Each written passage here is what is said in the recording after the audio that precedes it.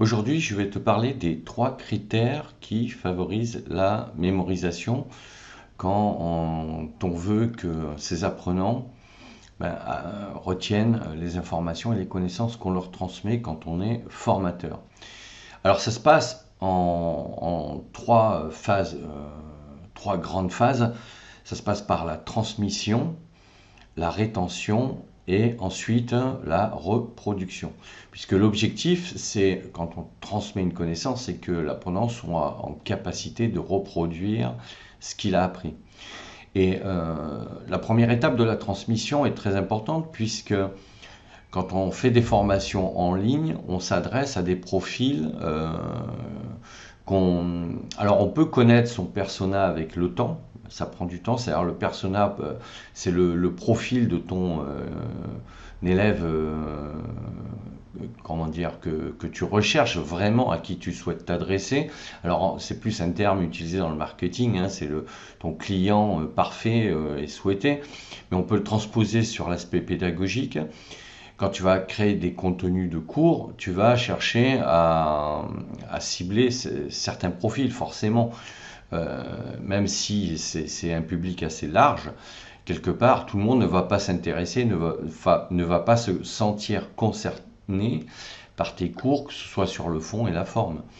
Donc, au bout d'un moment, on peut utiliser ce terme de persona même pour la pédagogie.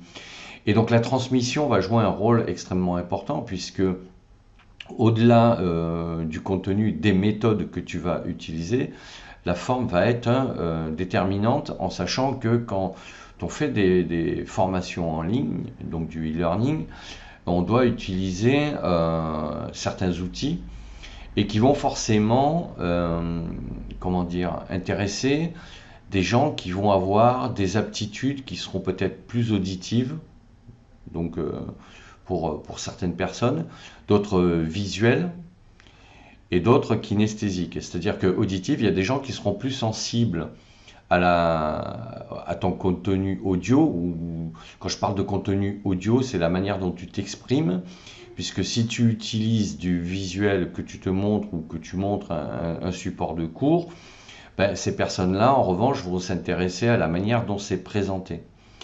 Donc tu vas cibler forcément des gens dites auditives et d'autres visuels. Et après, tu vas aussi t'adresser à des personnes qui ont plutôt un profil kinesthésique. C'est-à-dire qu'elles, ce qui va les intéresser, c'est d'être en capacité de reproduire ce que tu leur apprends. Donc quand tu vas faire tes cours, il va falloir que tu tiennes compte de ces 3 critères qui vont favoriser la mémorisation de tes contenus et en utilisant les bonnes méthodes.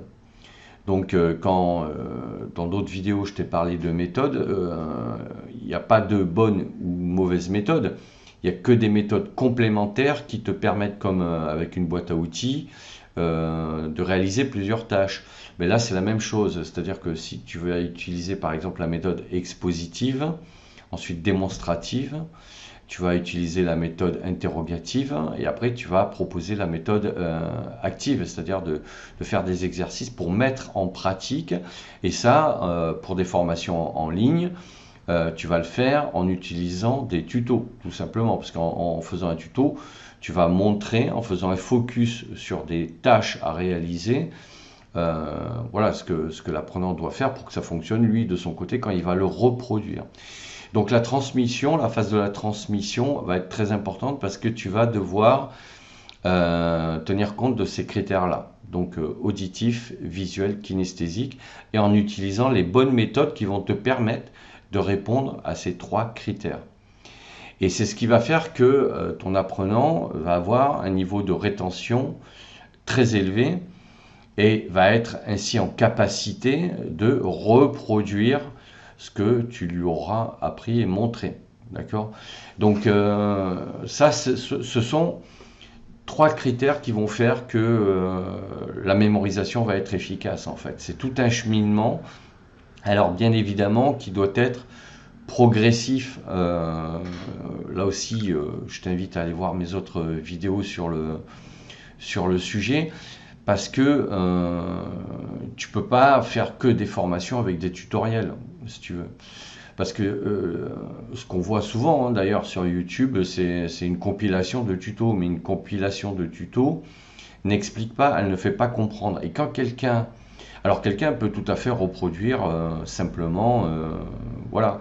Mais s'il comprend pas pourquoi il faut faire telle action avant telle autre action et telle tâche après telle autre tâche, s'il comprend pas comment fonctionne le concept, alors quand il va regarder tes vidéos, il va le refaire.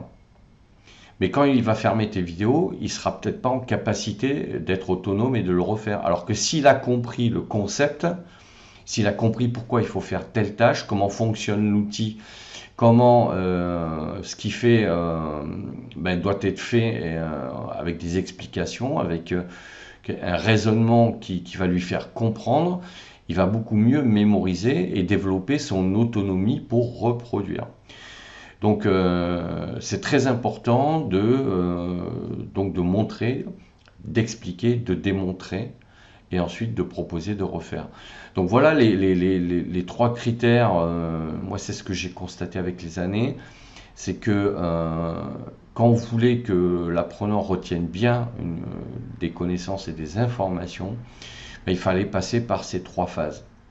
C'est-à-dire qu'à un moment donné, il faut évidemment le faire passer à l'action, mais il ne faut pas le faire passer à l'action en lui montrant, ça c'est ok, mais avant il faut lui avoir expliqué pourquoi.